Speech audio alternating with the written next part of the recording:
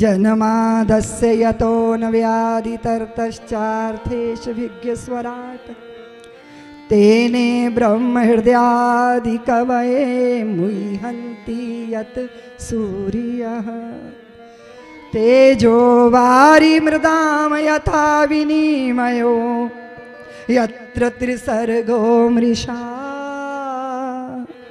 धाम्ना स्वेन सदा निरस्तकुहकं सत्यं परमधीमहि। जन्मादस्य यतोऽन्व्यादितरतश्चार्थेषु विज्ञस्वराट्। प्रत्येक जीवन का, सृष्टि का, प्रकृति का, जड़ जंगम का सत्य क्या है?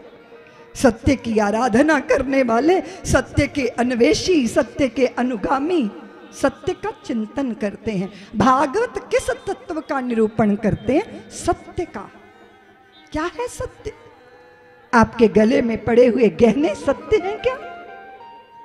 आप कहोगी दीदी माँ वो गहने तो अभी मैंने कंठ का हार बनाया, थोड़े दिनों बाद तुड़वा के कानों के कुंडल बनवा लूंगी। आभूषणों का रूप बदलेगा, आभूषणों का रंग बदलेगा, आभूषणों का प्रकार बदलेगा, आभूषणों का नाम बदलेगा, लेकिन आभूषण जिस स्वर्ण में है वो स्वर्ण क्या है? सत्य है। उस स्वर्ण में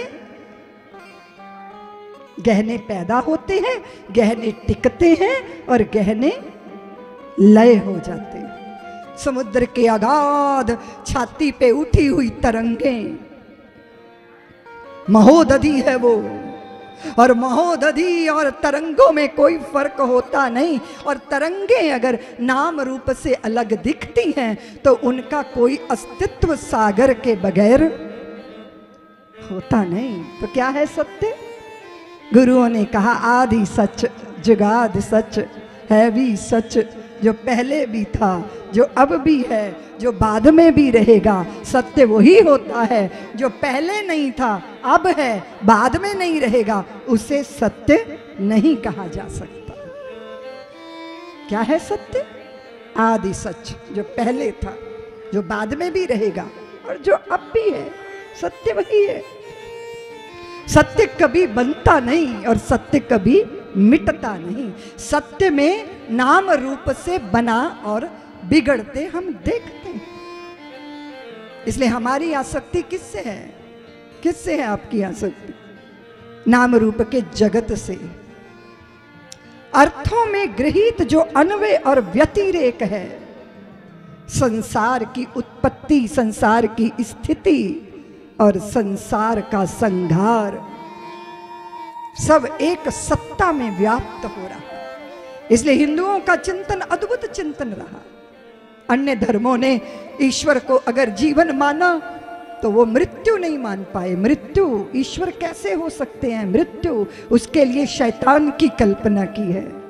पर हमारे ऋषियों ने हमें ईश्वर में त्रिदेवों का दर्शन कराया। जो प्रकट करते हैं वो ब्रह्मा, जो पोषण करते हैं वो विष्णु, और जो लय कर लेते हैं वो शिव। जगत जिसमें बना, जगत जिसमें स्थित है, जगत जिसमें टिका है, वो क्या है? सत्य है।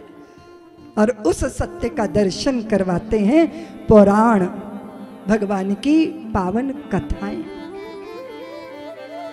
बहुत प्यारी अद्भुत दृष्टि भागवत से हमें प्राप्त होती है।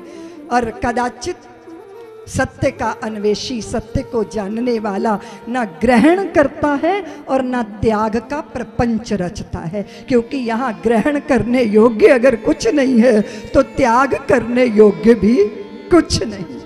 सागर भला तरंगों का क्या त्याग करेगा? सागर भला तरंगों को क्या ग्रहण करेगा? उस सागर में ही तरंगे पैदा हुई, उसी में नाची और उसी में उनका लय हो गया। ये दृष्टि है।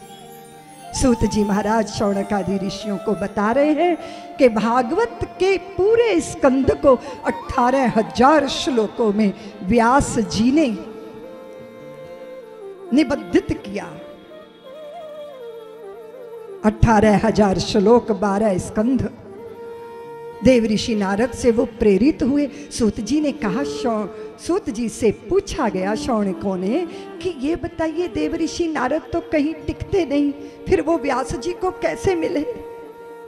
तब फिर कथा प्रारंभ हुई महाभारत की। महाभारत का मृत्यु पर्व जहां पूर्ण होता है, वहां भागवत जी के जीवन का अंकुर प्रस्फुटित होता है। सब्सक्राइब करें साध्वी ऋतंभरा जी के YouTube चैनल को और हमारे वीडियो को सबसे पहले देखने के लिए बेल आइकन को दबाना न भूलें।